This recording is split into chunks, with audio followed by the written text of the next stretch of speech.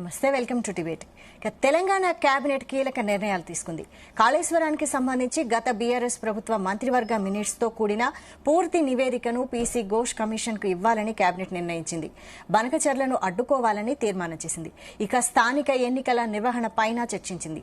ఎన్నికల తేదీపై ఇవాళ ప్రకటన చేసే అవకాశం ఉంది. ఇక వీటికి సంబంధించి ఈ రోజు డిబేట్ లో పాల్గొంటున్నారు చర్చించడానికి మనకి బీఆర్ఎస్ నుండి వాసుదేవరెడ్డి గారు, నమస్తే అండి. అలాగే కాంగ్రెస్ నుండి రమేష్ గారు, నమస్తే అండి. అలాగే బీజేపీ నుండి రవికుమార్ గారు, నమస్తే అండి. అందరికీ గుడ్ మార్నింగ్ అండి.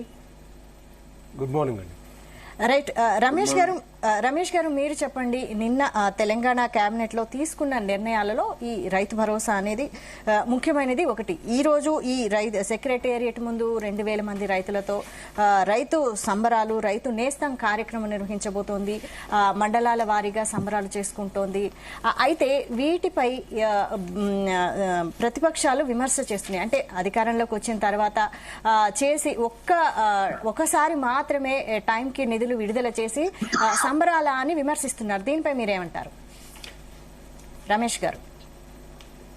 మీరు మనం ఇంతకుముందు కూడా చాలా సార్లు మాట్లాడడం జరిగింది. ఆర్థిక ఇబ్బందులలో గత ప్రభుత్వము ఆర్థిక ఇబ్బందులలో పడేసి అప్పుల పాలు చేసి చిప్ప చేతికి ఇచ్చినట్టు ఇచ్చారు కాంగ్రెస్ పార్టీకి. ఇది ఒక్కసారి కాదండి. మీరు ఇంతకు ముందు కూడా చంద్రబాబు నాయుడు పీరియడ్ లో కూడా రాజశేఖర రెడ్డి గారు వచ్చినప్పుడు కూడా ఇదే చూస్తుంది. ఆర్థిక ఇబ్బందులతో పవర్ లేకుండా కరెంటు బిల్లు కట్టకపోతే రైతులను జైల్లో పెట్టిన పరిస్థితి, నాన్ బెయిలబుల్ వారెంట్స్ ఇష్యూ చేసి జైల్లో వేసిన పరిస్థితిలో ఆ రోజు రాజశేఖర రెడ్డి గారు వచ్చి పూర్తి స్థాయిలో ఉచిత కరెంట్ ఇచ్చి ఇలా కాపాడిన పరిస్థితులు. అంటే ఆర్థికమైన పరిస్థితుల నుంచి బయటకు పెట్టడం అంటే మామూలు విషయం కాదు. ఆర్థిక పరమైన సంబంధం ఉంటుంది. ప్రతి సమస్య వెనుక ఆర్థికమే ఉంటుంది. ప్రతి సమస్య వెనుక ఆర్థికమైన ముడిపడి ఉన్న ఈ పరిస్థితులలో ఆ రోజు పివి గారు వచ్చినప్పుడు కూడా చంద్రశేఖర్ ప్రభుత్వంలో కొంతమంది తప్పుడు ప్రచారం చేస్తున్నారు. ఇవాళ బంగారం తాకట్టు పెట్టింది చంద్రశేఖర్ ప్రభుత్వం, బంగారం అమ్మింది చంద్రశేఖర్ ప్రభుత్వం. పివి నరసింహరావు గారు వారం రోజులు సరిపడే పరిస్థితి లేదు. ఫారెన్ ఎక్స్చేంజ్ లో పూర్తి జీతాలు ఇవ్వలేని పరిస్థితిలో ఈ దేశం ఉన్న పరిస్థితుల్లో కాపాడాడు. ఇవాళ మన్మోహన్ గారు వాళ్ళందరూ, సోనియా గాంధీ గారు అందరూ కూర్చొని ఈ దేశ క్లిష్ట ఆర్థిక ఇబ్బందుల నుంచి బయటపడాలని చెప్పేసి గ్లోబలైజేషన్, ప్రైవేటైజేషన్ ద్వారా ఈ దేశ ఆర్థిక పరిస్థితులే తారుమారు చేశాం.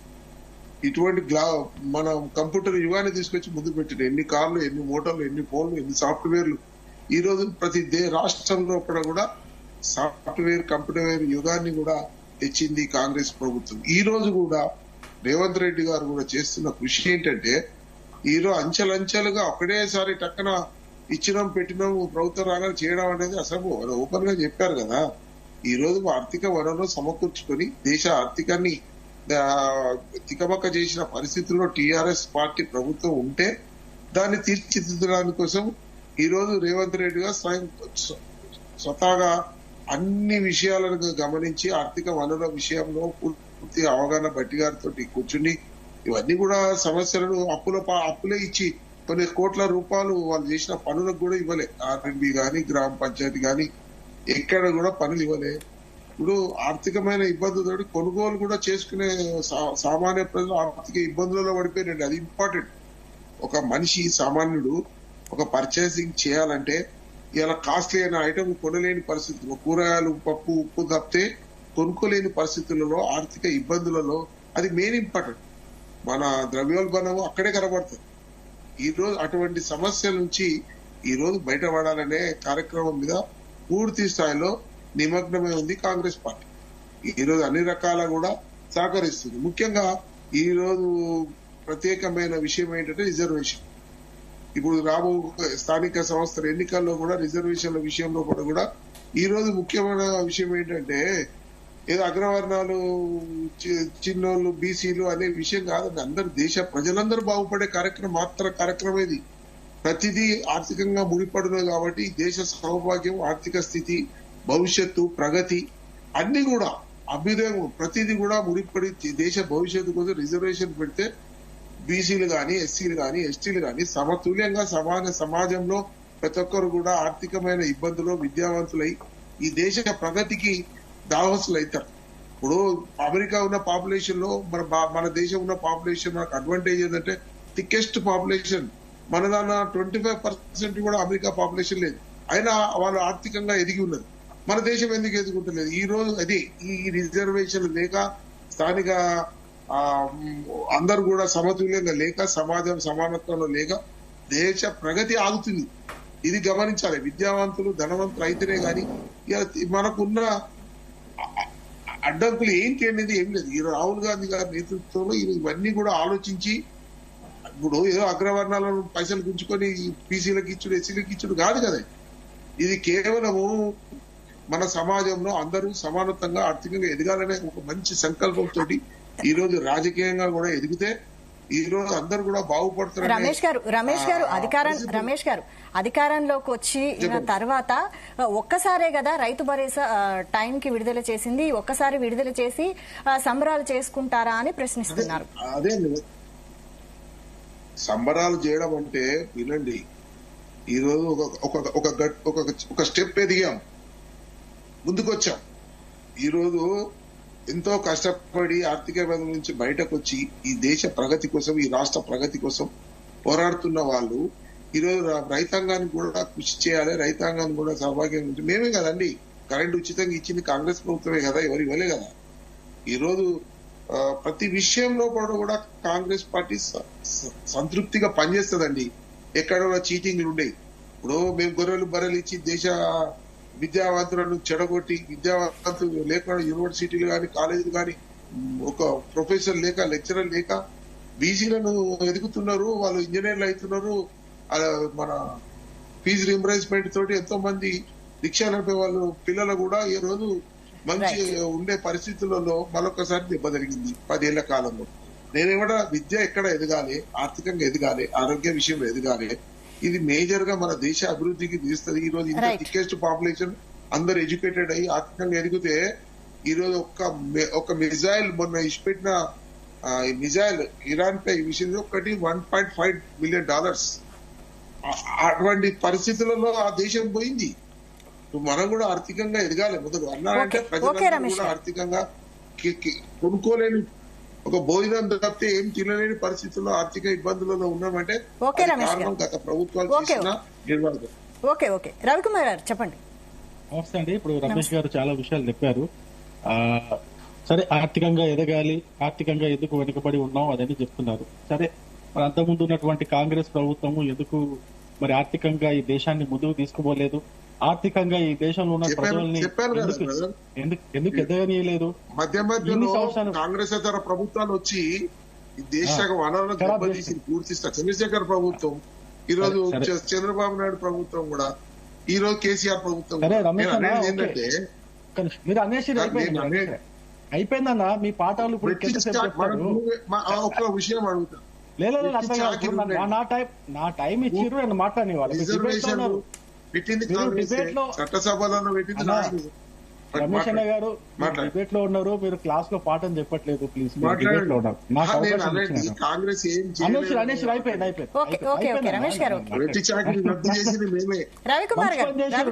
మంచి పని చేసిరు. నేనేమంటున్నా, ఇప్పుడు గత ప్రభుత్వాలు అని చెప్పేసి మీరే కాంగ్రెస్ ప్రభుత్వాన్ని తిట్టినట్టు ఉన్నది.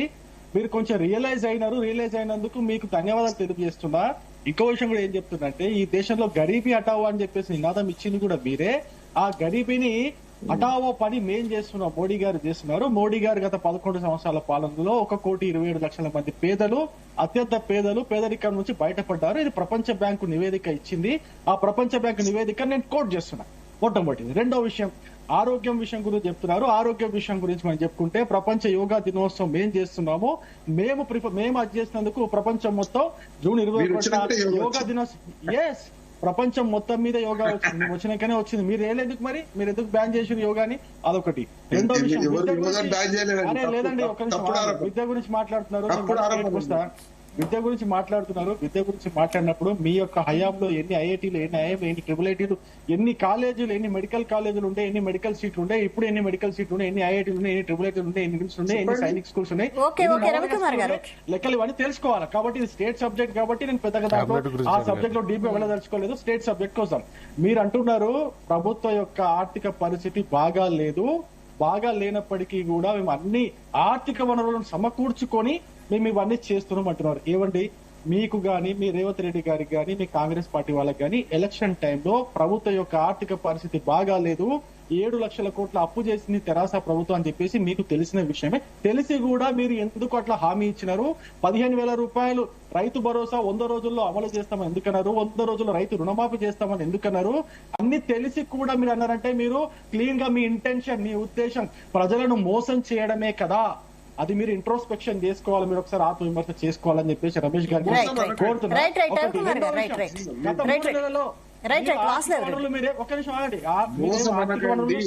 మీరు ఆర్థిక వనరులు సమకూర్చుకోలేదు.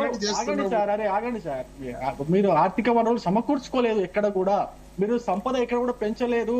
మీరు కేవలము 3 నెలల్లో 15,000 కోట్ల రూపాయలు అప్పులు తీసుకొచ్చినారు. కేవలం ఈ 3 నెలల్లో 15,000 crores అప్పు తీసుకొచ్చి ఈ స్థానిక సంస్థల ఎలక్షన్లు దృష్టిలో పెట్టుకొని మీరిప్పుడు రైతు భరోసా 12,000 రూపాయలు మాట తప్పి 15,000 వేస్తా అని చెప్పి 12,000 రూపాయలు వేస్తున్నారు. ఇది మీరు ఏదో ఆర్థిక సమకూర్చుకోలే, అప్పులు చేసినారు. మీరు సంపద పెంచలే. ఎక్కడ కూడా రవికుమార్ గారు, రమేష్ గారు, ఓకే అండి, వాసుదేవ్ రెడ్డి గారు మీరు చెప్పండి. ఒక పాయింట్ చెప్తా సార్, రమేష్ గారు ఏంటంటే డాంబికాలు కొట్టడం కాదు. రమేష్ గారు, ఇవాళ కాంగ్రెస్ ప్రభుత్వం ఏర్పడి దాదాపు 19 నెలలు అయితా ఉన్నది. ఈ 19 నెలల్లో ఇచ్చిన హామీలను నెరవేర్చలేని పరిస్థితిలో మీరున్నారు. మీరు ఇప్పుడు గొప్పగా చెప్తా ఉన్నారు ఆర్థిక పరిస్థితి, అప్పుల గురించి మాట్లాడుకుంటే మనం మాట్లాడుకుంటే బాగుండదండి. ఇవాళ రవికుమార్ గారు మాట్లాడినా, రమేష్ గారు మాట్లాడినా, ఇలా రాష్ట్రం 19 నెలలు అవుతుంది. 19 నెలల్లో మీరు చేసింది 150,000 కోట్ల అప్పు ఇప్పటి వరకే చేసిండ్రు కదా. అదేవిధంగా ఇప్పుడు రవికుమార్ గారు చెప్తున్నారు 7 లక్షల కోట్ల అప్పు చేసింది టీఆర్ఎస్ ప్రభుత్వం అని. అన్న రవికుమార్ గారు, మీరు గుర్తు తెచ్చుకోవాలి, ఇవాళ కేంద్ర ప్రభుత్వం మొన్న ఒక 3 నెలల క్రితం విడుదల చేసింది 180 కోట్లు. అంటే గతంలో 14 మంది ప్రధానమంత్రులు 55,000 కోట్ల అప్పులు చేస్తే మీరు 1,80,000 కోట్ల అప్పు కేంద్ర ప్రభుత్వం చేసింది. దాని గురించి చర్చ వేరే పెట్టుకుందాం. కానీ ఇవాళ మాట్లాడుకోవాల్సింది కేబినెట్ లో మీరు తీర్మానం చేసి మీరు ఏం సాధించిందని. రమేష్ గారు ఒక్క నిమిషం. ప్రభుత్వం అప్పు చేసింది, దానికి నేను కూడా ఒప్పుకుంటాను. అవసరం లేదు, మాకు లెక్కలని తెలుసు. రవికుమార్ గారు తెలుసు, లెక్కలని తెలుసు. నేను అదే మాట్లాడిన తర్వాత మీరు మాట్లాడండి. డిస్టర్బ్ అయితే ఎవరి వాయిస్ కూడా సరిగా పోదు. 40 లక్షల కోట్లు ఉన్నాయి, మీరు ఏదో చెప్తున్నారు. కానీ నేను లాస్ట్ చివరి పాటు ఒకటి చెప్దాం అనుకున్నా, మీకు వదిలేద్దాం అనుకున్నా. కాంగ్రెస్ మిత్రుడికి నేనేమంటున్నా, మీరు సంపద ఏమైనా సృష్టించి నేను ఆ సమకూర్చుకున్నామని చెప్పింటే బాగుండేది. కానీ మీరు సంపద సృష్టించలే, ఉల్టా తెలంగాణ యొక్క ఆర్థిక పరిస్థితి దిగజారింది, సంపద దిగజారింది. అదే రిజిస్ట్రేషన్ అక్కడ ఎక్కడ కూడా ఆదాయం వస్తలేదు. మీరు ఓన్లీ ఎక్సైజ్ ఆదాయం పైన మీరు డిపెండ్ అయి ఉన్నారు. ఎక్సైజ్ ఆదాయం ఒక్కటే వస్తే తప్ప మీ ప్రభుత్వం వాసుదేవ్ రెడ్డి గారు మాట్లాడతారు. మాటకు మాట మాట్లాడితే ఎవరిని కూడా పోదండి. ఇప్పుడు మాటకు ఇంకో మాట మాట్లాడితే ఎవరి వాయిస్ కూడా జనాలకు. ఓకే, వాసుదేవ్ రెడ్డి గారు రైతు సంబరాల దగ్గరకు వద్దాం. ఈ రోజు తెలంగాణ వ్యాప్తంగా రైతు సంబరాలు నిర్వహిస్తోంది. సెక్రటేరియట్ ముందు 2,000 మంది రైతులతో రైతు నేస్తం కార్యక్రమం కూడా నిర్మించబోతోంది. దీని కేబినెట్ కూడా ఆమోదించింది. దీనిపై మీరేమంటారు ఈ సంబరాలపై? ఒకటే స్టేట్ కి వచ్చిన కాంగ్రెస్ నాయకులను ఈ రాష్ట్ర ముఖ్యమంత్రి గారిని ప్రశ్నించదలుచుకున్నారు. ఏంది అంటే, ఎప్పుడు లేని ప్రేమ ఒకటేసారి ఎందుకు వచ్చింది ఈ ప్రభుత్వానికి? పంచాయతీ ఎన్నికలకు ఎర్రజూపుతాంది రైతు బంధులు, రైతు భరోసాలు. నేను రమేష్ గారు ఒక్కటే సార్, నేను మాట్లాడిన తర్వాత మీరు మాట్లాడండి, మీకు కూడా టైం ఇస్తారు మేడం, మాట్లాడండి. నేనేమంటున్నానంటే, నేను ఆధారాలతో సహా చెప్తా ఉన్నాడు. ఇది ఒకసారి క్లోజ్ చేయండి, క్లోజ్ గా చూపించండి. మీరు ఒక్కొక్క రైతుకు 4 ఎకరాలు ఉన్న రైతుకు బాకీ పడ్డది కాంగ్రెస్ ఒక్కొక్క రైతుకు 28,400 రూపాయలు. 4 ఎకరాలు ఉన్న రైతుకు 1,00,000 రూపాయలు బాకీ పడ్డారు. మీరు ఇచ్చిన హామీ ఏంది, చేస్తున్నది అమలేంది? మీరు ఏం చెప్పిర్రు ఆనాడు ఎన్నికల మేనిఫెస్టోలో? ఏం చెప్పిండ్రు మీరు? గతంలో కేసీఆర్ గారు 10,000 ముష్టేసిండు, మేము 15,000 ఇస్తాం అధికారంలోకి రాగా చెప్పారు కదా. మరి ఆ 15,000 ఎకరానికి 2 పంటలకు 15,000 ఇస్తున్నారా? మళ్ళీ ఏమన్నారు, పైసల్లో కాబట్టి 12,000 ఇస్తా అన్నారు.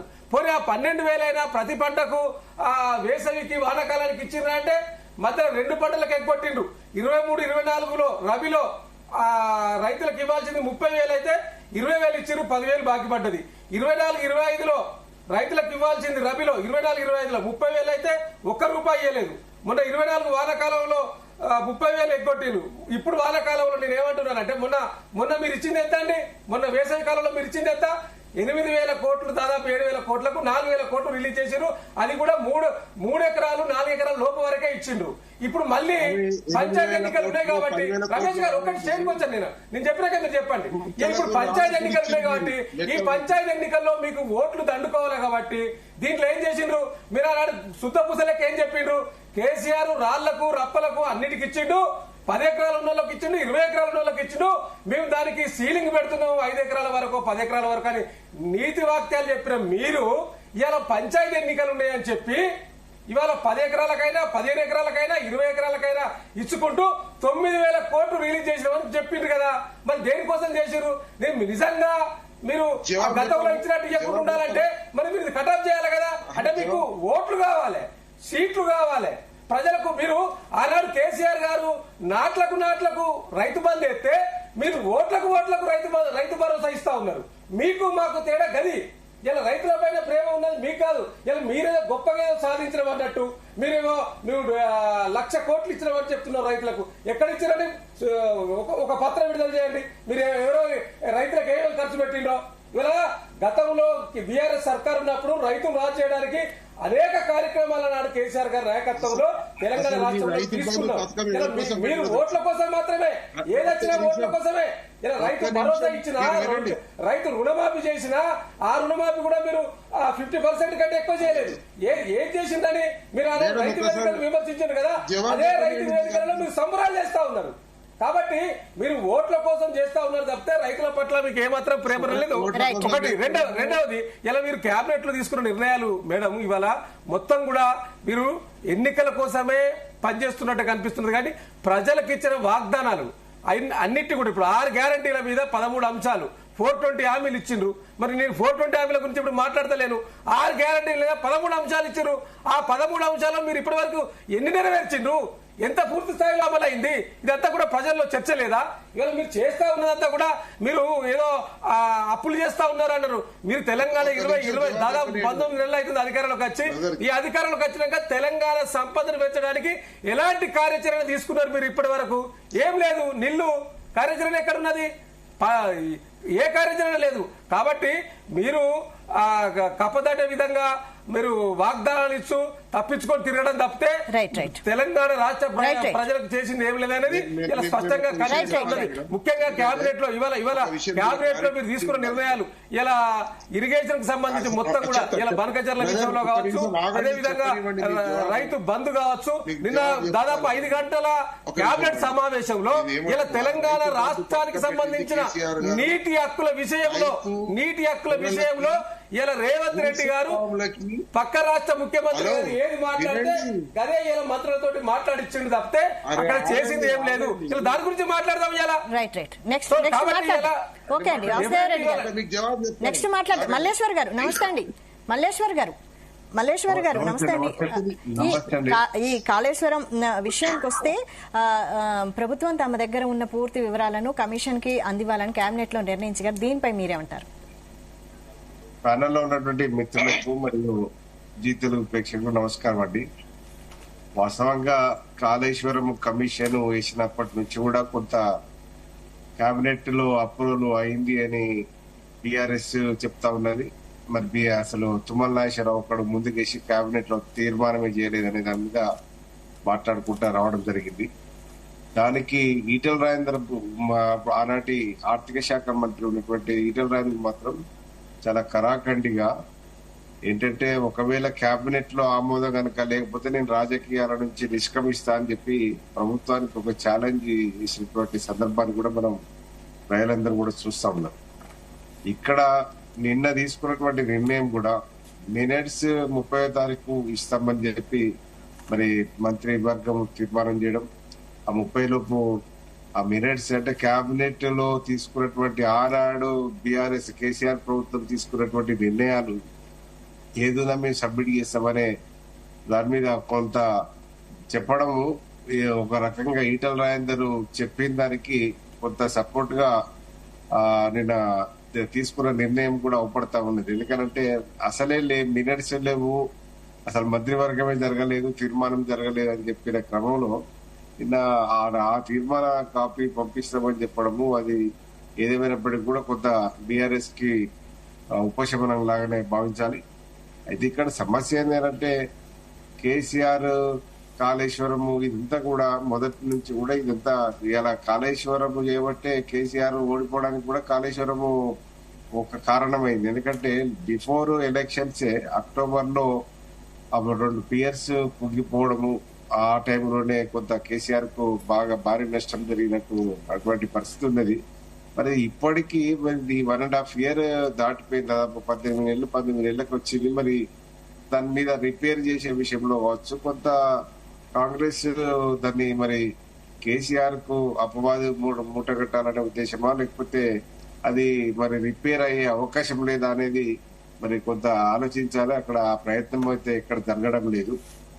ఇక్కడ మేజర్ గా మరి కాళేశ్వరం తోటి ఇవాళ మనం ఎవరు ఏమన్నా అనకున్నా కాళేశ్వరం తోటి వాటర్ వచ్చింది, కొంత నీకు రైతులు సాగు ఎక్కువ చేసుకున్నారు, ఉత్పత్తి పెరిగింది అనే దాని మీద ఈ దాదాపుగా ఈ కాళేశ్వరం ప్రాజెక్టు నుంచి కూడా జరిగినటువంటి పరిస్థితి ఉన్నది. ఇప్పుడు ఇక్కడ మనం ఒక్కటే గమనించాల్సింది అంటే రైతు బంధు విషయం కాడికి వస్తే, రైతు బంధు ఎలక్షన్ మూమెంట్ లో మరి 6 గ్యారెంటీలది కాంగ్రెస్ కొంచెం ఒక అడుగు ముందుకేసి అమలు చేస్తామని చెప్పారు. 6 గ్యారెంటీల అమలు ప్రయత్నం చేస్తా ఉన్నారు కానీ పూర్తి స్థాయిలో అది కాలేదు ఇంతవరకు.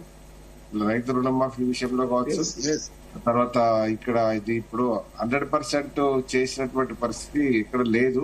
కాకపోతే కాంగ్రెస్ ఆ ప్రయత్నం మాత్రం కొనసాగుతుందనే దానికి నిన్న రైతు బంధు విషయంలో కూడా కొంత అవపడ్డది. రైతు బంధులో దాదాపుగా 71 లక్షల మందికి రైతులకు నిన్న రైతు బంధు ఒక వారం రోజులుగా రిలీజ్ అవుతున్నటువంటి తీరును చూస్తే ఏంటంటే కొంత మరి వారి ఆ తప్పిదాన్ని రెక్టిఫై చేసుకోవడానికి కొంత చాలా స్పీడప్ చేసిరా, లేకపోతే మా వాసు చెప్పినట్టు మరి ఎన్నికల సందర్భాన్ని దృష్టిలో పెట్టుకొని చేసిరా అనేది కొంత అనుమానం అయితే ఉన్నది. అయితే ఏదేమైనప్పటికీ కూడా రైతు బంధు 15,000 ఇస్తామన్నటువంటి రైతు బంధును 12,000 కుదించడము, తర్వాత ఇప్పుడు కాంగ్రెస్ ఎక్కడ ప్రాబ్లం వస్తుంది అంటే ఇప్పుడు ఒక 5 ఎకరాల 10 ఎకరాల పెట్టకుండా మళ్ళా మొత్తం ఈ తాప మొత్తము రిలీజ్ చేశారు. గతంలో మాత్రము ఒక్కసారి వేసినప్పుడు గతంలో అది పూర్తి స్థాయిలో రిలీజ్ చేయలేదు. కొన్ని ఎకరాలు టైం పెట్టి వాళ్ళకు నీకు బౌండ్ ఓవర్ చేసి రిలీజ్ చేయనటువంటి పరిస్థితి కూడా ఉన్నాయి. అయితే ఇక్కడ ఎన్నికల స్టార్ట్ గా వీళ్ళు సరే బీజేపీ బీఆర్ఎస్ మరి ప్రత్యర్థులు చెప్పాల్సిన అవసరం ఉన్నది, చెప్తారు కూడా. ఎందుకంటే దాన్ని ఇక్కడ కాకపోతే ఇవాళ రైతు నేస్తము కార్యక్రమం పెట్టి విజయోత్సవం సభ చేయాల్సినటువంటి అవసరం అయితే కొంత లేకుండా. ఎందుకంటే ఇప్పుడు దాన్ని పబ్లిక్ లకు పోవడం కొరకు ప్రయత్నం చేస్తా ఉన్నారు కానీ ఇప్పుడు ప్రతి రైతు రుణమాఫీ అప్పుడు కూడా చేసుకున్నటువంటి సందర్భం ఉన్నది. ఇప్పుడు కేసీఆర్ కు రేవంత్ రెడ్డికి ఉన్నటువంటి తేడా ఏంటి అంటే అప్పుడు రిక్రూట్మెంట్ చేశారు, అపాయింట్మెంట్ లెటర్స్ ఇచ్చి సభ పెట్టి. ఎందుకంటే కేసీఆర్ నాయకులకే దొరకలేదు అనే అపవాదుకు అదొక నిదర్శనం. ఎందుకంటే ఇప్పుడు ప్రతి ఇష్యూను పబ్లిక్ లోకి తీసుకుపోయి రేవంత్ రెడ్డి పబ్లిక్ ఒక ప్రజా వేదిక ద్వారా అపాయింట్మెంట్ లెటర్స్ ఇచ్చి ఆడ ఇప్పుడు అపాయింట్మెంట్స్ కొన్ని పెద్ద లక్షలలో అయితే లేదు కదా, కానీ వందలలో ఉన్నా వేలల్లో ఉన్నా కూడా అది పబ్లిక్ లోకి తీసుకుపోయి ఒక మంచి అంటే మన పబ్లిక్ నుంచి కొంత సానుభూతిని పొందే ప్రయత్నం అయితే నిర్విరామంగా కొనసాగుతా ఉన్నది. వాస్తవమే, మేము ఆనాడు చేసింది చెప్పుకోలేకపోయారు మల్లేశనా. ఇప్పుడు ఇక్కడ చేసేది ఏం లేదు కాంగ్రెస్ ప్రభుత్వం, చెప్పుకోవడం అయితే ఇప్పుడు చెప్పుకోలేకపోవడం అంటే ఇప్పుడు అది ఇప్పుడు మీరు చేయలేదని నిందించడం లేదు, కానీ దాన్ని కొంత మీ ప్రచారం చేసుకోవడంలో సరే కేసీఆర్ పక్క పెడితే మిగతా వాళ్ళు కూడా దాన్ని కరెక్ట్ గా చేయలేదు. ఇప్పుడు ఏదో యాక్టివ్ గా ఉన్న వాళ్ళు చేసుకోగలిగారు కానీ మిగతా అది ఇప్పుడు ఇవాళ జరిగిన తప్పిదము ఓటమికి ఇవన్నీ రకరకాల కారణాలు ఇవన్నీ ముడిపడి ఉన్నాయి అనేది చెప్పుకోవాలి. ఎందుకంటే ఏదేమైనప్పటికీ కూడా రైతు బంధు మరి ఇప్పుడు 71 లక్షల మందికి ఈసారి వచ్చింది. మరి నెక్స్ట్ టైం మరి 71 లక్షల మందికి వస్తుందా, లేకపోతే ఇది ఎన్నికల తర్వాత అనేది కూడా మరి చూడాల్సినటువంటి అవసరం ఉన్నాయి. ఇప్పటికీ ఒక రైతులకు మాత్రం ఒక అపనమ్మకం అయితే కొంత ఏర్పడినటువంటి గణపతి రైతు రుణమాఫీ విషయంలో ఒకటి మేడం, మీకు నేను అనేది ఏంటంటే రైతు రుణమాఫీ విషయంలో దాదాపుగా మీకు 40 లక్షల పైన ఎస్టిమేషన్ వేసారు, తర్వాత 31 లక్ష ఎస్టిమేషన్ వేసారు, తర్వాత డిస్ట్రిబ్యూషన్ చేసింది 20 లక్షల పైనే. కాబట్టి కొంత అది ఇంకా బాకీ ఉన్నటువంటి పరిస్థితి ఉన్నది. కొన్ని ఊళ్ళల్లో సగం వచ్చినటువంటి పరిస్థితి ఉన్నది. అది ఏదేమైనప్పటికీ కూడా ఈ 6 గ్యారెంటీల విషయంలో అందులో ప్రధానంగా రైతుల రుణమాఫీని పూర్తి స్థాయిలో అయితే కూడా ఇంప్లిమెంట్ చేసి మరి కొంత పబ్లిక్ లా మంచి పేరు తీసుకునే ప్రయత్నం కనుక చేస్తే రేవంత్ రెడ్డి ప్రజాపాలనకు పేరు తగ్గట్టే ఉంటదని నేను భావిస్తాను. నీళ్ల పంచాయతీ వస్తే చూస్తా ఉన్నాం. నీళ్ల పంచాయతీ అది ఈ 11 సంవత్సరాలుగా నీళ్ల లొల్లి జరుగుతూనే ఉన్నది. నాడు కేసీఆర్ ప్రభుత్వంలో కూడా జరిగినటువంటి విభజన చట్టంలో ఉన్నటువంటి ఏ అంశాన్ని కూడా అది అమలు కాకపోవడం వల్ల తెలుగు రాష్ట్రాల్లో ఈ లొల్లి నీకు కృష్ణా జలాల విషయంలో కావచ్చు, గోదావరి జలాల విషయంలో కావచ్చు, ఇదంతా మొదటి నుంచి కూడా జరుగుతూ ఉన్నది. అది ఏదేమైనప్పటికీ కూడా మరి ఇప్పుడు రేవంత్ రెడ్డి పెద్దన్నగా చెప్తున్నటువంటి మోడీ దాన్ని కొంచెము దాన్ని కోఆర్డినేట్ చేసి ఈ పంచాయతీ లేకుండా చేసే పరిస్థితి కనుక చేస్తే డెఫినెట్ గా మరి ఇప్పుడు సమస్య ఏంటంటే రేవంత్ రెడ్డికి ఒక పెద్ద నష్టం ఏంటంటే ఈ బీఆర్ఎస్ ఒక అడుగు ముందుకేసి ఆ గురు శిష్యుల అనుబంధాన్ని కొంత ఎక్స్పోజ్ చేస్తున్నటువంటి సందర్భం పడుతుంది. ఇప్పుడు మోడీ కోఆర్డినేట్ చేయకపోయినా కూడా రేవంత్ రెడ్డి చంద్రబాబుకు ముడిపెట్టి అది కొంత నష్టం చేసే అవకాశం ఉన్నాయి కనుక దీంట్లో మరి రేవంత్ రెడ్డికి పెద్దన్న మోడీ, చంద్రబాబు గవర్నమెంట్ లో ఇప్పుడు ఎన్డీఏ ఆంధ్రప్రదేశ్ లో మరి అలయన్సే ఉన్నది కనుక వీళ్ళిద్దరు కోఆర్డినేట్ చేసుకొని ఇక్కడ ప్రజలకు ఒక చుక్క కూడా నష్టం జరగకుండా రైతులకు ఎలాంటి ఇబ్బంది లేకుండా నిర్ణయాలు తీసుకోవాలని రవికుమార్ గారు ఈ బనకచర్ల విషయంలో ఈ ఆంధ్ర చేపడుతున్న బనకచర్ల ప్రాజెక్ట్ ని అన్ని రకాలుగా అడ్డుకుంటామని తెలంగాణ కేబినెట్ నిర్ణయించింది. అంటే అటు తిరిగి ఇటు తిరిగి ఇది మీకేమన్నా తలనొప్పిగా మారిందా బీజేపీకి? నేనేమంటున్నా, బనకచర్ల విషయంలో మా కిషన్ రెడ్డి గారు, మా రాష్ట్ర పార్టీ అధ్యక్షుడు కిషన్ రెడ్డి గారు చాలా స్పష్టంగా ఆయన ఈ ప్రెస్ మీట్ పెట్టి మరి చెప్పినారు ఏంటంటే ఈ రాష్ట్ర ముఖ్యమంత్రి చొరవ తీసుకొని తెలంగాణ అభ్యంతరాలను తెలియజేయాలి, దాన్ని అడ్డుకోవడానికి అక్రమంగా ఏపీ మన వాటాకు వచ్చే జలాలను, అది నికర జలాల నుంచి కావచ్చు, మిగులు జలాల నుంచి కావచ్చు, మన ప్రాజెక్టులు పూర్తయ్యేంత వరకు ఆగాల్సిన అవసరం వస్తే, ఏపీ ఆగాల్సిన అవసరం వస్తే ఆపేంత వరకు ఏ విధంగా కొట్లాడాలనో మీరు చేయండి, మీతో పాటు మేము ఉంటామని చెప్పేసి కిషన్ రెడ్డి గారు రాష్ట్ర అధ్యక్షుడు చాలా స్పష్టంగా చెప్పినారు. చెప్పిన తర్వాత ఇప్పుడు కేబినెట్ మీటింగ్ లో దాన్ని ఏదో నామకే వాస్తే చేయాలి కాబట్టి కేబినెట్ మీటింగ్ లో దాన్ని డిస్కషన్ చేసి అడుకుంటామని చెప్పేసి కేబినెట్ మీటింగ్ లో చేయాలి కాబట్టి చేశాను. అంతే తప్ప చిత్తశుద్ధి ప్రభుత్వానికి లేదనేది మాకు చాలా స్పష్టంగా అర్థమవుతుంది. ఆయన గురువు గారు చేస్తున్నటువంటి ఈ పనిని, అంటే చంద్రబాబు గారు రేవంత్ రెడ్డికి గురువు గారు ఆయనే చెప్పుకున్నారు. ఆయన గురువు గారు చేసినటువంటి పనికి ఆయన పోయి మాట్లాడి లేదా ఫోన్ లో మాట్లాడి దాంట్లో ఉన్న అభ్యంతరాలు ఏదో విని ఆ అభ్యంతరాలకు ఆయనకు చెప్పి దాని తర్వాత మనం సింపుల్ అండి. ఇక్కడ బనకచర్ల విషయంలో ఏంటంటే తెలంగాణకు గోదావరి జలాల్లో ఎంతైతే వాటా ఉందో ఆ వాటా మొత్తం మనం వాడుకోవాలంటే మనం దాదాపు ఇంకొక 4 ప్రాజెక్టులు పూర్తి చేయాలి. గోదావరి నది పైన తెలంగాణలో మనం ఒక 4 ప్రాజెక్టులు పూర్తి చేయాలి. అందులో ఇది కూడా ఉన్నది, కాళేశ్వరం కూడా ఉంది. ఈ 4 ప్రాజెక్టులు పూర్తి చేయకుండా ఏదైతే 3000 టీఎంసీలా 4000 టీఎంసీల సముద్రంలో పోతుందో దాన్ని వాడుకోవడానికే మేము బనకచర్ల కడుతున్నామని చెప్పేసి ఏపీ అంటుంది. మన వాదన ఏ విధంగా ఉండాలంటే మాకు కేటాయించిన జలాలు, నికర జలాలు మేము ఇంకా వాడుకోలేకపోతున్నాం, మా ప్రాజెక్టులన్నీ పూర్తయిన తర్వాత మీ ప్రాజెక్టులు అందులో నుంచి మిగిలిన జలాలు ఏమైనా వస్తే మీరు ప్రాజెక్టులు కట్టుకొని సముద్రంలో పోకుండా ఆపుకొని మీరు ఎక్కడికైనా ఎత్తిపోసుకుని అని చెప్పేసి ఇది మన వాదన ఉండాలి. ఇటువంటి వాదనలు ఏమి చేసుకోకుండా కేవలం క్యాబినెట్ మీటింగ్ పెట్టి నామకే వాస్తే క్యాబినెట్ మీటింగ్ పెట్టి దాంట్లో వ్యతిరేకిస్తున్నాం అని చెప్పేసి ఏదో ఒక రెజల్యూషన్ పాస్ చేసినంత మాత్రాన సరిపోదు. రేవంత్ రెడ్డి గారు దీనికి సంబంధించినటువంటి అనేక విషయాలను లోతుగా పరిశీలించి కేంద్రం దగ్గర కూర్చోవాలా, అదేవిధంగా ఇక్కడ పక్కనే ఉన్న ఆయన గురువు గారి దగ్గర కూర్చొని చేయాలి. అటువంటి ప్రయత్నాలు ఏం చేయకుండా కిషన్ రెడ్డి గారు వెళ్లి అక్కడ పైన మా సెంట్రల్ మినిస్టర్ ని కలిస్తే నేను వెళ్ళకనే ముందు పోయి కలిసిండి కిషన్ రెడ్డి పైన ప్రతిసారి ఆయన ఆరోపణలు చేసుకుంటూ టైంపాస్ చేద్దామని చూస్తున్నారు. మేము ఒకటే మాట్లాడుతున్నాం, ఎస్ గోదావరి నదీ జలాలపైన తెలంగాణ వాటా ఏదైతే ఉందో ఆ తెలంగాణ వాటాకి సంబంధించిన ప్రాజెక్టు మీరు ఏమేమి స్టార్ట్ చేసినారు చెప్పండి, ఏ ప్రాజెక్టులు మీరు మొదలు పెట్టినారు చెప్పండి, ఎన్ని టీఎంసీలు వాడుకోవడానికి మీరు సిద్ధంగా ఉన్నారు, ఏ ప్రాజెక్టులలో మీరు రాయేసినారు, ఏ ప్రాజెక్టులు మీరు పూర్తి అరే అది మీరు రిపేర్ చేసి కట్టుకోండి, రిపేర్ చేసి దాన్ని వాడుకోండి అంటే దాన్ని రిపేర్ ఇక్కడ బీజేపీ ప్రభుత్వం మొన్న వచ్చింది. మీ బీజేపీ ప్రభుత్వానికి ఏ ప్రాజెక్టులు కట్టినాయని కూడా తెలుసా? తెలంగాణలో చెప్పండి. ఎన్ని ప్రాజెక్టులు కట్టినామండి? నువ్వు మీరు ఏ చెప్పండి. ప్రాజెక్టులు ఓకే ఓకే రమేష్ గారు చెప్పండి, బనకచెర్ల విషయంలో ఎలా చెప్పండి. ఏ ప్రాజెక్ట్ రేవంత్ రెడ్డి గారు చెప్పండి. రేవంత్ రెడ్డి గారు ఏ ప్రాజెక్ట్ రాయించారో ఇప్పుడు చెప్పండి నాకు. మీరు వచ్చిండు చెప్పకుండా బీజేపీ ప్రభుత్వం వచ్చిందా మొన్న మీ కంప్యూటర్ యుగాన్ని ఇచ్చిన మీరు అది తెలుసుకోలేకపోతున్నారు. మీకు ఏ ప్రాజెక్ట్ చాలా స్పష్టంగా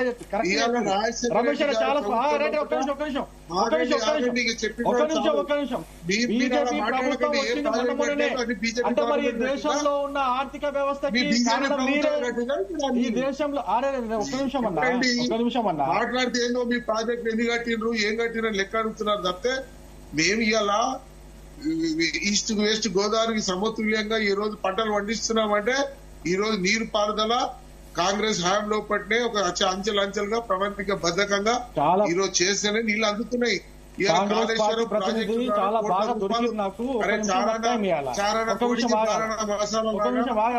ఈ రోజు ఉపయోగం ఒక్క నిమిషం రవికుమార్ గారు చెప్పండి. నేను చెప్పిన చెప్పండి. రవికుమార్ గారు ఒక్క నిమిషం. రవికుమార్ గారు ఒక్క నిమిషం. రమేష్ గారు బనకచెర్ల విషయంలో మీరు ఎలా సమర్థించుకుంటారో చెప్పండి. బనకచెర్ల విషయంలో మీరు ఎలా సమర్థించుకుంటారు? మిగులు జలాలు మనకు రావాల్సిన జలాల విషయంలో కూడా కమిటీలు ఉన్నాయి, దానికి ఒక సంస్థ ఉన్నది, నా సెంట్రల్ గవర్నమెంట్ లో కూడా ఉన్నది. ప్రతి ఒక్కరు కూడా దాని గురించి మనం డిస్కస్ చేసే డిబేట్ చేసేస్తున్నది. ఈ రోజు నేనేమంటున్నా, ఆ జలాల విషయంలో జల సంఘాలు ఉన్నాయి, దాన్ని పూర్తి వివరాలు తీసుకుంటున్నారు, చేస్తున్నారు, దాని గురించి మాట్లాడుతున్నారు. ప్రాజెక్టుల విషయంలో కూడా మనం ఎన్ని ప్రాజెక్టులు కట్టాలి, ఏం కట్టాలి అనేది ఇలా సంపూర్ణంగా తెలంగాణ ఉన్న ప్రాజెక్టులన్నీ కట్టాం. అది కొన్ని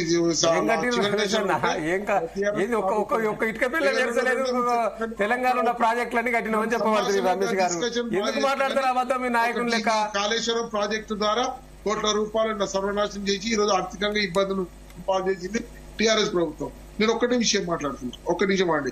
ఈ రోజు రైతు బంధు పథకం ఒక్కటి చెప్పండి. రైతు బంధు పథకం తీసుకొచ్చింది కేసీఆర్. కేసీఆర్ ఎవరి కోసం తెచ్చారండి? ఈ రోజు రైతు బంధు పథకం ద్వారా అటు భూములన్నీ కూడా 1000 ఎకరాల భూములు ఆ రోజు భూ సంవత్సరాల కింద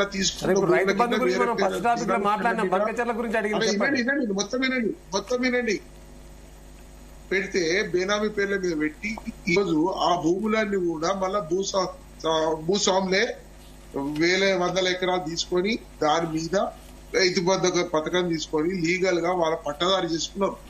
ఈ రోజు కేసీఆర్ ప్రభుత్వం ద్వారా ఈ రోజు భూములు గుట్టలు చెట్లకు కూడా పైసలు కట్టినారు. అలా వృధా చేశారు డబ్బులని. మళ్ళీ మీరు మాట్లాడతారండి. ఇప్పుడు మీరు ఇస్తున్నారు 9,000 కోట్లు ఎట్లు ఇస్తారు? ఏ బేస్లు ఇస్తున్నారు 9,000 కోట్లు రైతులకు? అరే మళ్ళీ మీరు ఇచ్చుకుంటా మాట్లాడద్దని విమర్శిస్తే దాన్ని ఎవరు నమ్మరు. ఇబ్బందులు ఉన్నప్పటికీ కూడా ఎన్నికల విషయం కాదు, ఉన్నప్పటికీ కూడా ప్రజలకు అందాలే, ప్రజలు సంక్షేమం లేకుండా మా హయాంలో పడినే ఆత్మహత్య లేకుండా ఈ దేశం నడుస్తా ఉంది. కేసీఆర్ ప్రభుత్వంలో కూడా ఆత్మహత్యల పరంపర కంటిన్యూ ఉంది. మీరు అధికారంలోకి వచ్చినాక 515 మంది రైతులు ఆత్మహత్య చేసుకున్నారు. రైతు రుణమాఫీ రాలేదని ఆత్మహత్య చేసుకున్న సందర్భం కూడా మనం ఉండేది. రైతులకు అప్పుల పాలైనరు. మీరు చేసే కార్యక్రమాలు ఇప్పటి వరకు 19 నెలల్లో 511 రైతులు ఆత్మహత్య చేసుకున్నారు. రమేష్ గారు మీరు మా ఎన్ని అబద్దాలు మాట్లాడుతున్నారు?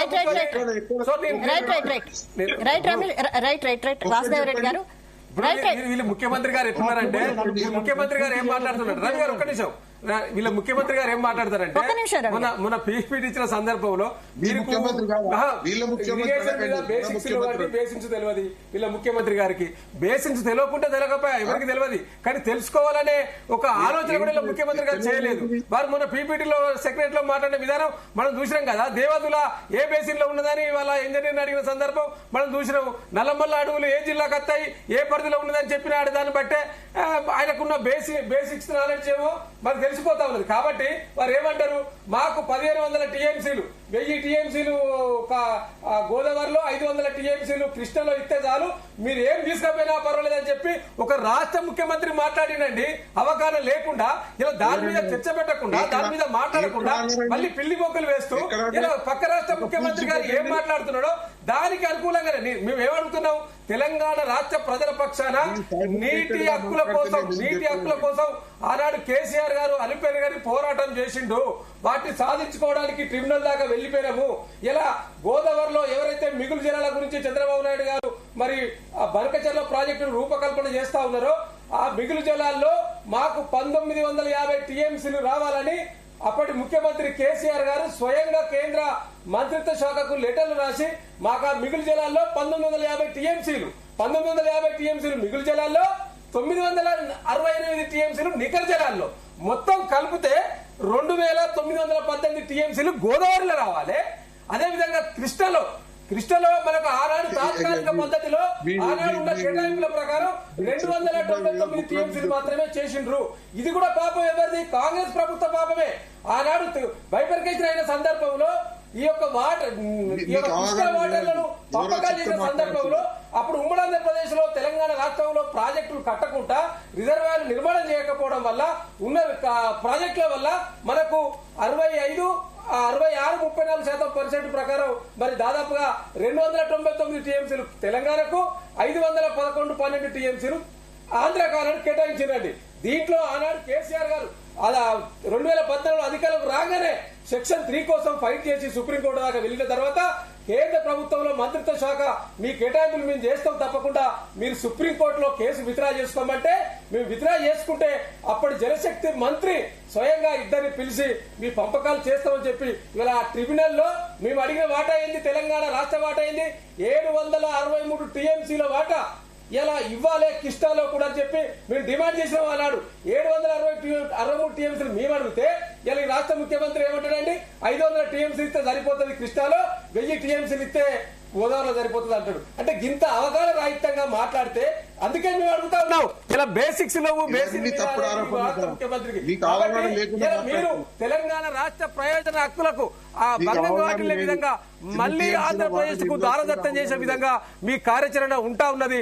మీరు మేకపోతు గాంభీర్యం కేబినెట్ లో పెట్టి మేము ఫైట్ చేస్తామని చెప్తా ఉన్నారు, కానీ వాస్తవంగా 5 గంటల్లో మాట్లాడింది ఏంది అండి? మీరు ఆ లోపల మాట్లాడింది పత్రికల్లో రాసిన చాలా పత్రికల్లో ఏమని, ఇలా కేసీఆర్ గారికి ఎట్లా కౌంటర్ ఇవ్వాలి, బీఆర్ఎస్ పార్టీకి ఎట్లా కౌంటర్ ఇవ్వాలి ఈ నీళ్ల విషయంలో వారు మాట్లాడిన అంశాలు ఏంది? మేము ప్రతి ఒక్కటి కూడా ఆధారాలతో సహా మా మాజీ మంత్రి హరీష్ రావు గారు కూడా చెప్పిండ్రు. ఫస్ట్ అగ్రిమెంట్ లో ఏం తీసుకున్నాం, 299 టీఎంసీలకు ఆనాడు కేసీఆర్ గారే అగ్రిమెంట్ చేసుకున్నాడని మన ముఖ్యమంత్రి రేవంత్ రెడ్డి గారు మాట్లాడుతా ఉన్నాడు. అయ్యా ముఖ్యమంత్రి గారు, మీకు తెలియకుండా మీ ఇంజనీర్ని తెలుసుకోండి, ఏ ప్రాతిపదికన ఆనాడు మరి 299 టీఎంసీలకు అగ్రిమెంట్ చేసుకోవాల్సి వచ్చిందో.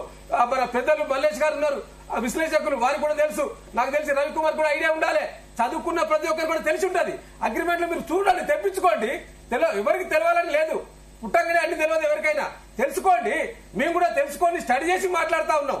మీరు పచ్చి అబద్దాలు మాట్లాడి ప్రజలను తప్పుదోవ పట్టించి ఆనాడు కేసీఆర్ పాపమే బనకచెర్ల, ఆనాడు కేసీఆర్ చేయబట్టే ఇలా జరుగుతా ఉన్నది, కేసీఆర్ ఏం పాపం చేసిందని ఇలా మేము ప్రతి ఒక్క లెటర్ చూపిస్తాం. కేసీఆర్ గారు నేను ప్రతిదీ కూడా కేసీఆర్ గారు రాసిన లెటర్స్ ఆనాడు 1950 టీఎంసీలకు 2020లో రాసిన ఫిబ్రవరి 2020లో 1900 మిగులు జలాల్లో 1950 టీఎంసీలు ఇవ్వాలని మీరు ఒక్కటే మాట్లాడతారు. ఏం మాట్లాడతారంటే రాయలసీమకు రత్నాలసీమ చేస్తానని కేసీఆర్ గారు అంటారు. ఎట్లా చెప్పినని ఆనాడు ఏ ప్రాతిపదికన చెప్పిండు కేసీఆర్ గారు? 2 రాష్ట్రాలు మన సులభ వాతావరణంలో అన్నదమ్ములు లెక్క ఉండాలి. ఇలా ఆ మిగులు జలాలు గోదావరి పరివాహక ప్రాంతం నుంచి మీరు వాడుకుంటే ఇటు తెలంగాణకు ఆంధ్రకు లాభం జరుగుతుంది కాబట్టి అనే ఉద్దేశంతో ఆనాడు చెప్పిండు. అప్పుడు ఆ ప్రతిపాదనను అప్పుడున్న జగన్మోహన్ రెడ్డి గారు ఒప్పుకోలేదు, అది క్యాన్సిల్ అయింది.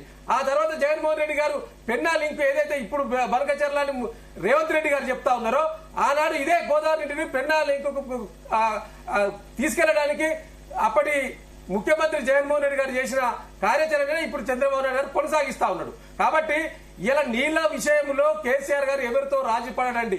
ఇలా తెలంగాణ రాష్ట్రం తీసుకొచ్చిందే నీళ్లు నిధులు నియామకాల కోసం. కాబట్టి కేసీఆర్ గారు తప్పు పడుతున్నారంటే మీరు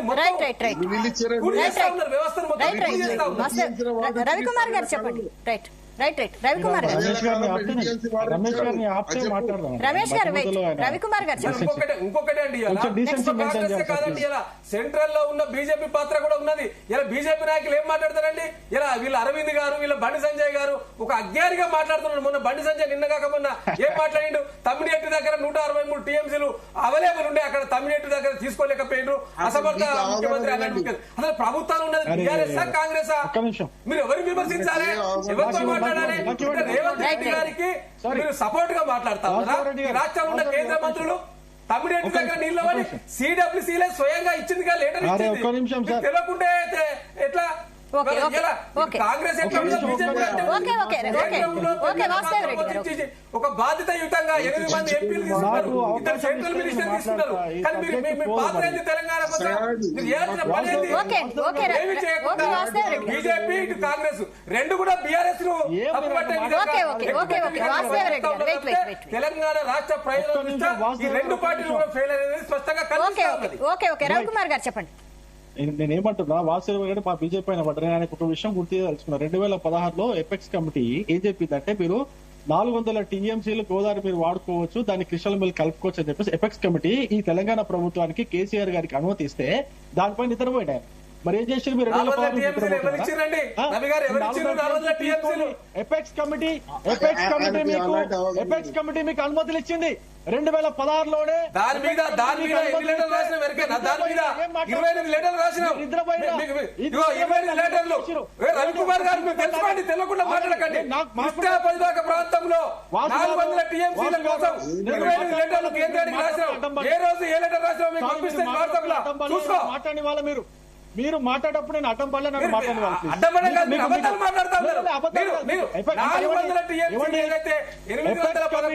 405 టీఎంసీలు తెలంగాణకు కేంద్రానికి రాసిన లేఖలు ఏ రోజు ఏ లేక 2015లో 18లో 20లో 21లో 4 సార్లు 8 సార్లు 22లో.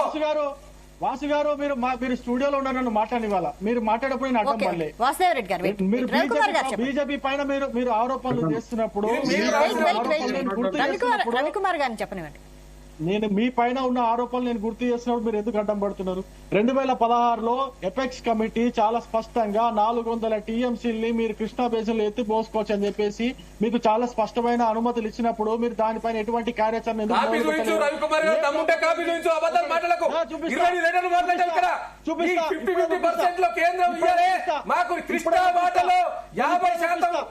తెలంగాణకు 50% ఆంధ్రాకి ఇవ్వాలని చెప్పినావు. 20 లెటర్లు నేను డేట్తో సహా చెప్తా ఉన్నాను. డేట్తో సహా ఏ సంవత్సరంలో ఎన్ని లెటర్లు వాడుకోమని చెప్పినట్టు కేసీఆర్ తెలుసా? కృష్ణా నది మన దగ్గర దాదాపు 500 పైన కిలోమీటర్లు మన దగ్గర ప్రయాణిస్తుంది. మనకు ఎక్కువ వాటర్ రావాలన్నా, మా ఏపీకి ఎక్కువ వాటర్ రావాలన్నా ఆయన పోయి 69-31% ఒప్పుకుంటాడండి? నాకు అర్థం కాదు. మళ్ళీ ఇంకో విషయం చెప్తా.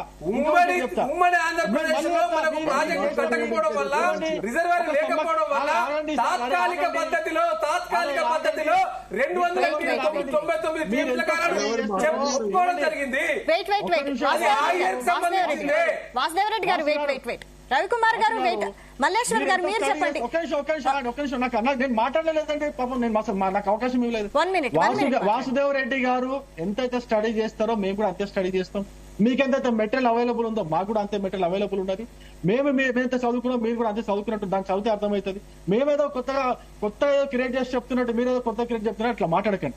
ఉన్న వాస్తవాలు నిజాలు మాట్లాడుతున్నాం. ఒక విషయం, మీకు 4 ప్రాజెక్టులు, ఒక సమ్మక్క సాగర్ ప్రాజెక్ట్ కావచ్చు, ఒక సీతమ్మ సాగర్ ప్రాజెక్ట్, ఒక వాదర పైన ప్రాజెక్ట్, ఈ 4 ప్రాజెక్టుల పైన మీరు ఎంత ఖర్చు చేశారు? కాళేశ్వరం పైన మీరు ఖర్చు చేసిన పైన ఓకే వదిలేసండి, అది పనికి రాకుండా పోయింది వదిలేసండి. మిగతా ఒకటి. రెండోది రేవంత్ రెడ్డి గారు వచ్చిన తర్వాత రేవంత్ రెడ్డి గారు ఈ గోదావరి పైన 4 ప్రాజెక్టులు పెండింగ్ ఉన్నాయి, వీటిపైన ఏం పని చేసినారు? ఈ ప్రభుత్వం ఏం పని చేసింది ఒకసారి చెప్పండి. ఏమి పని చేయకుండా, ఒక ఇటుక కూడా వాతకుండా, ఒక తట్టడు మట్టి కూడా తీయకుండా వీళ్ళు పైన కేంద్ర ప్రభుత్వం పైన, అరే ముందు నువ్వు వంగి పనిచేయడైనా కేంద్ర ప్రభుత్వం నీకు అన్ని అనుమతులు ఇస్తుంది, నువ్వు ఏం చేయాల్సింది చేయకుండా మా పైన చేస్తే ఏమండి? 4 ప్రాజెక్టుల పైన పని చేయాల్సింది పోయి ఇప్పుడు వీళ్ళ యొక్క మంచిర్యాల వీళ్ళ యొక్క ఎమ్మెల్యేనే విద్యాసాగర్ గారు ఆరోపణలు చేస్తున్నారు. ఈ ప్రభుత్వము ఈ కాళేశ్వరాన్ని ఉపయోగంలోకి తీసుకొని రావాలంటే ఇక్కడ ఉన్నటువంటి తమిళహెట్టి దగ్గర మళ్ళీ ఏమైనా చిన్న పనులు చేస్తే మాకు కాళేశ్వరం ఉపయోగంలోకి వస్తుంది, మా ప్రాంతం అంతా సస్యశ్యామలం అవుతుంది అని చెప్పేసి మీ కాంగ్రెస్ ఎమ్మెల్యే మాట్లాడుతుంటే ఆయన నోరు మూయించే ప్రయత్నం మీరు చేస్తుంటే ఏమి చేసినట్టు మీరు నాకు అర్థం కాదు. మీరు గొప్పలు చెప్పుకుంటా ఉంటారు, ఏదో కేంద్ర ప్రభుత్వం బీజేపీ కిషన్ రెడ్డి గారిని మాట్లాడతారు. కిషన్ రెడ్డి గారి గురించి మాట్లాడేంత నైతిక హక్కు మీకు గానీ మీ ముఖ్యమంత్రికి గానీ లేదు. కిషన్ రెడ్డి క్యారెక్టర్ ని మీరు క్వశ్చన్ చేయాల్సినంత రవికుమార్ గారు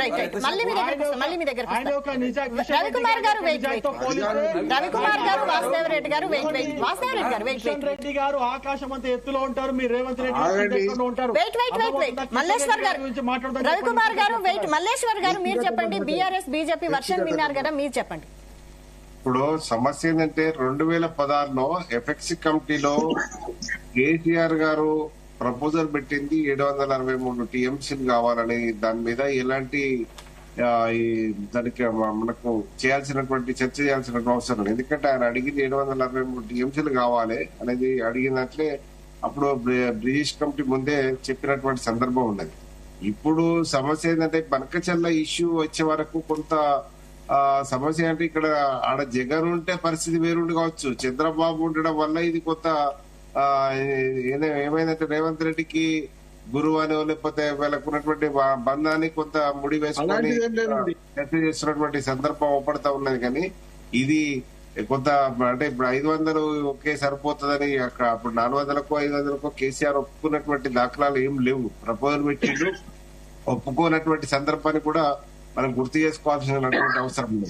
ఇప్పుడు నీళ్ల వాటా కాడ కొంత కేసీఆర్ ని మనము సరే రాజకీయాలు చేయడం కాదు కానీ ఫైటింగ్ చేసేదంటే ఉన్నది. ఇప్పుడు కేసీఆర్ చేసిన తప్పంది అంటే రోజా ఇంటికి పోయి చేపల పులుసు తినడమే, అక్కడ ఏదో మొత్తానికి ఆంధ్రకు దోషి పెడుతున్నటువంటి పరిస్థితిని ఇప్పుడు ఇలా కాంగ్రెస్ కావచ్చు అక్కడ బీజేపీ కావచ్చు కొంత దాన్ని చేస్తా ఉన్నారు. కానీ ఇక్కడ జరిగినటువంటి అదేది ఇప్పుడు సంబంధాలు, మానవ సంబంధాలు, బంధుత్వాలు ఇవన్నీ రకరకాల ఇష్యూస్ ఉంటాయి. కానీ ఇక్కడ ఏంటి అంటే మాకు సరిపోను, మేము అడిగిన డిమాండ్ పోను, మిగులు జనాలు మీరు మళ్లించుకోండి అనే దాని మీద కొంత మీకు మాట్లాడిన విషయాన్ని మనం గుర్తు చేసుకోవాలి. కానీ మనకు తెలంగాణకి ఎండబెట్టి మొత్తము జలాలను మళ్లించుకోమని మాత్రం కేసీఆర్ అక్కడ ఎప్పుడు మాట్లాడినటువంటి సందర్భం లేదు.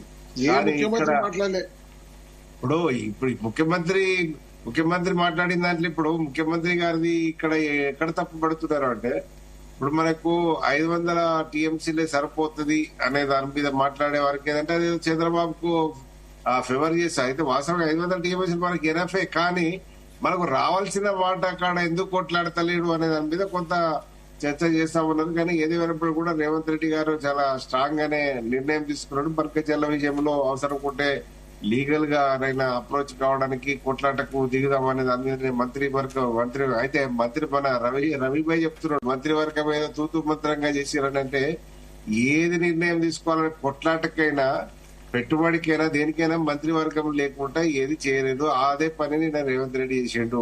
ఇప్పుడు మనం అందరం చెప్తా ఉన్నాం కాంగ్రెస్ బీజేపీ ఆనాడు ప్రాజెక్టుకు అనుమతులు ప్రాజెక్టు షిప్ ఏది మనకు ఇక్కడ కాళేశ్వరం ప్రాజెక్ట్ అప్పుడు అసలు అనుమతి లేదని చెప్పి మాట్లాడుతుంది. అదంతా పచ్చి అబద్ధమై ఇప్పుడు 30 తారీఖు లోపు అది కూడా తెలిసిందే వాళ్ళు ఏం సబ్మిట్ చేస్తారు, అప్పుడు అనుమతి మంత్రివర్గ అనుమతి ఉన్నదా లేదా అనేది బయటకు వస్తుంది. ఎందుకంటే కొంత ఈటెల రాజేందర్ మాట్లాడిన దాని మీద కొంత బలమైనటువంటి ఆధారాలతోటి లేకపోతే ఆయన మాట్లాడు అనేది అందరికి తెలుసు కనుక అది కొంత బలం చేకూర్చే విధంగా ఉన్నది. అది కేసీఆర్ కు అనుకూలంగానే ఉంటదని నేను భావిస్తా ఉన్నా. ఏదేమైనప్పుడు కూడా నీళ్ల పంచాయతీ ఇవాళ ఈ రోజుది కాదు. నీళ్ల పంచాయతీ మనకు నాటి నుంచి విభజన చట్టంలో ఉన్నప్పటి నుంచి కూడా దాదాపుగా 11 ఏళ్ళుగా ఒక్క నిమిషం అండి. నీటి పంచాయతీ ఒక్క విషయం నేను పంచాయతీ వచ్చిన ఎప్పటి నుంచి అంటే రేవంత్ రెడ్డి అదో ప్రాంతాల వారుగా వచ్చింది. కానీ ఇప్పుడు రాష్ట్రాల పంచాయతీ కదా ఇదంతా. ప్రాంతాలుగా వచ్చినప్పుడు ఉమ్మడి రాష్ట్రంలో మనకు ఇప్పుడు సమస్య ఏంటంటే ఇక్కడ ఇప్పుడు మన రాష్ట్రాన్ని మన రాష్ట్రము మన మంచి చెడు అంతా మన ముఖ్యమంత్రి మనం చూడాలనే దాని మీద ఎవరైనా కోరుకుంటారు, దాంట్లో తప్పు లేదు. కానీ ఇప్పుడు మనకు సరిపోను మిగిలిన ఇప్పుడు ఆనాడు కేసీఆర్ చెప్పింది కూడా మిగులు జలాలు తీసుకోమని చెప్పారు. అది ఆంధ్రను, అది కూడా తెలుగు రాష్ట్రము, అది ఉమ్మడి రాష్ట్రంలో మనకు కలిసి ఉన్నదనే దాని మీద చెప్పినటువంటి దాన్ని ఉన్నది. ఇప్పుడు రేవంత్ రెడ్డి చెప్పింది కూడా అదే పద్ధతిలో. కాకపోతే సరిపోయాన్ని తీసుకొని మిగులు జలాలు ఇస్తే వాళ్ళు కూడా మన ప్రజలే కదా, మన ప్రజలు మరి దానికి కేసీఆర్ మీద బురద వేయడం ఎందుకు? కేసీఆర్ మీద బురద వేయాల్సిన అవసరం లేదు కదా. అప్పుడు చెప్పింది కూడా కదే. రేవంత్ రెడ్డి గారు కూడా చెప్పింది ఏంటంటే, లేదండి కేసీఆర్ వల్ల జరిగిన తప్పేంటంటే తెలంగాణలో నిర్మించిన కొన్ని 10,000 కోట్లు ఇస్తే మొత్తం 5-6 ప్రాజెక్టులు అయిపోయేవి. మిగతా ప్రాజెక్టులు అన్ని కూడా ప్రారంభం కూడా అయిపోయినాయి. స్టార్టింగ్ అయిన ప్రాజెక్టులను కంప్లీట్ చేయకుండా కాళేశ్వరం మీద కాన్సన్ట్రేట్ చేస్తున్నా ఈ రోజు మళ్ళీ ఈ పంచాయతీ మొదలు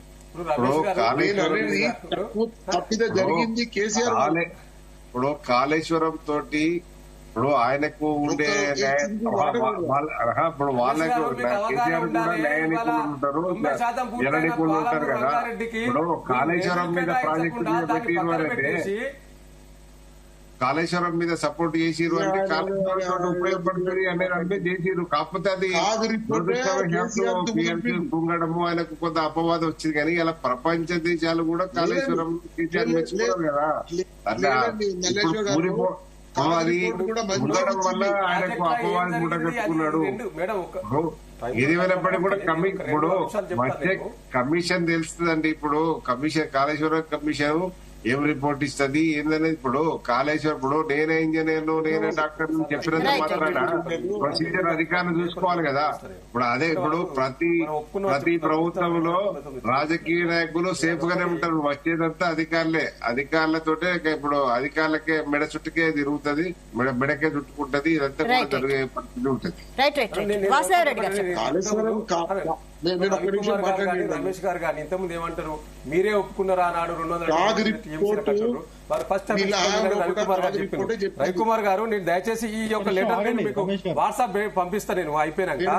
ఇది brief record of discussion of the meeting held 18th and 19th June 2015 discuss issues related regulation of water by Krishna river management board లో ఆనాడు నేను ఒక్కటే లైన్ చదివి వినిపిస్తా. నేను ఎక్కువ చెప్పను నేను, ఎందుకంటే టైం కూడా లేదు కాబట్టి. 299 టీఎంసీలకు 299 టీఎస్పీలకు అప్పుడే ఈ యొక్క మీటింగ్ లోనే ఉమ్మడి ఆంధ్రప్రదేశ్ ఉన్న ప్రాతిపదికనే తీసుకొని చేసిండ్రు. There project related issue were discussed and following working arrangement for the water year 2015-16 only were agreed a temporary measure 2015-16 ఆ సంవత్సరానికి తాత్కాలిక పద్ధతిన 299 టీఎంసీలకు అప్పుడు అగ్రిమెంట్ చేసుకోవడం జరిగింది. కృష్ణాలో మొత్తంలో 812 టీఎంసీలు ఉంటే అందులో 512 ఏపీకి 290 ఇది తాత్కాలిక పద్ధతిలో. సో దయచేసి ఇది రమేష్ గారైనా రవి గారైనా గుర్తించాలి. ఇది ఎందుకంటే పేపర్ మీకు వాట్సాప్ లో పంపిస్తా, చూసుకోండి. సొంత వాక్యాలు కాదు. సో ఆ తర్వాత సెక్షన్ 3 కోసం కేసీఆర్ గారు కొట్లాడి ట్రిబ్యునల్ తీసుకొచ్చిన తర్వాత ట్రిబ్యునల్లో 763 టీఎంసీలు కావాలని కొట్లాడిండు. ట్రిబ్యునల్లో వాదనలు నడుస్తా ఉన్నాయి. ఇలా ముఖ్యమంత్రి గారు 500 టీఎంసీలకే ఒప్పుకుంటే ఆ వాదనలు వీగిపోవా అండి ట్రిబ్యునల్లో? ఇలా ట్రిబ్యునల్లో మన న్యాయవాదులు కొట్లాడుతా ఉన్నారు, మన ఇంజనీర్లు కొట్లాడుతా ఉన్నారు. తెలంగాణ రాష్ట్రం పక్షాన 500 టీఎంసీలు చాలంటే ఇలా ఇప్పటికే చాలా చాకచక్యంగా చంద్రబాబు నాయుడు గారు ఎట్లా దోసుకపోవాలని ఒక కార్యాచరణ రూపొందించుకోకుండా, ఒక న్యాయస్థానం మొత్తం చెప్పకుండా చెప్తా ఓకే ఫైనల్ గా చెప్పండి. అయితే ఇక్కడ ఇంకొక విషయం. ఓకే రమేష్ గారు, ఓకే ఈ రోజు స్థానిక సంస్థల ఎలక్షన్ డేట్ పై ఒక ప్రకటన వచ్చే కోర్టులో ఉంది కదండి. కోర్టు తీర్పు చేసింది. స్థానిక సంస్థల ఎన్నికలకు సంబంధించి రైతు భరోసా ఇస్తా ఉన్నారు. ఇలా నిజంగా కూడా నోటిఫికేషన్ వచ్చే పరిస్థితి లేనట్టే కనిపిస్తుంది. ఎందుకంటే నిన్న కేబినెట్ లో ఎన్నికలకు సంబంధించింది అన్నారు. ఆ పంచాయతీరాజ్ మినిస్టర్ గారే లేరు కదా ఇక్కడ తెలంగాణలో, వారేదో పర్యటన పోయారు కదా. ఇలా స్థానిక సంస్థలకు సంబంధించిన ఎన్నికలు కోర్టులో రిజర్వ్ అయి ఉన్నది. ప్రభుత్వం 4 రోజుల సమయం అడిగింది. 2 నెలల సమయం ఎన్నికల కమిషన్ అడుగుతా ఉన్నది. ఎన్ని రోజులు పోతుందో చూడాలి. రవికుమార్ గారు ఫైనల్ గా చెప్పండి, ఈ స్థానిక సంస్థల ఎన్నికల డేట్ వస్తుందా రాదా? ఈ రోజు మీరు ఆహ్వానిస్తారా స్థానిక సంస్థలని? ఫైనల్ గా చెప్పండి, టైం ఇప్పుడు టాపిక్ చేంజ్ చేస్తారు. ఫైనల్ గా స్థానిక సంస్థల ఎలక్షన్స్ రావాల్సిందే, వాటిని ఆహ్వానిస్తున్నాము. నిన్న కోర్టు ప్రభుత్వానికి మొట్టికాయ వేసినట్టుగా మేము భావిస్తున్నాము. ప్రభుత్వం దాన్ని సీరియస్ గా తీసుకొని వెంటనే స్థానిక సంస్థల ఎలక్షన్స్ కి పోవాలని చెప్పేసి మేము కూడా డిమాండ్ చేస్తున్నాం. Okay. దాంట్లో భాగంగా బీసీలకు ఏదైతే 42% రిజర్వేషన్ మీరు ప్రకటించారో ఆ 42% రిజర్వేషన్ ఖచ్చితంగా మీరు ప్రభుత్వం తరపున అమలు చేయాలి. మీరు పార్టీ తరపున అమలు చేస్తే అంటే కుదరదు, ప్రభుత్వం తరపున అమలు చేయాలి. ఇంకో విషయం, అంతకంటే ముందు ఏదైతే సర్పంచులకు అంతకుముందు ఉన్న సర్పంచులు ఎంతమంది అయితే పనులు చేసి పెండింగ్ బిల్లులు పెట్టుకొని కూర్చున్నారో నేను ఒక సర్పంచ్ కూడా ఆత్మహత్య చేసుకున్నాడు. పాపం దానికి మీరు చూడండి, పేపర్లో చూస్తే మీకు తెలుస్తే సర్పంచ్ ఆత్మహత్య చేసుకున్నాడు. బిల్లులు రాక ఆత్మహత్య చేసుకున్నాడు. అటువంటి సర్పంచుల ప్రాణాలు కాపాడాల్సినటువంటి బాధ్యత ఈ ప్రభుత్వం పైన ఉంటుంది. ఒకవేళ మీరు కానీ అటువంటి నిర్ణయాలు తీసుకోకపోతే వెంటనే బిల్లులు చెల్లించి సర్పంచులకు వాళ్ళని ఆర్థికంగా వాళ్ళు పనిచేసారండి, కష్టపడి డబ్బులు పెట్టుకొని పనిచేసారు, వాళ్ళ డబ్బులు వాళ్ళకి ఇవ్వడానికి మీరు అదే పాపం చేస్తున్నారు. కేసీఆర్ చేసిన పాపమే మీరు కూడా అదే పాపం మీరు కంటిన్యూ చేస్తున్నారు. వాళ్ళని మాత్రం మీరు ఖచ్చితంగా ఆ బిల్స్ కూడా క్లియర్ చేయాలి.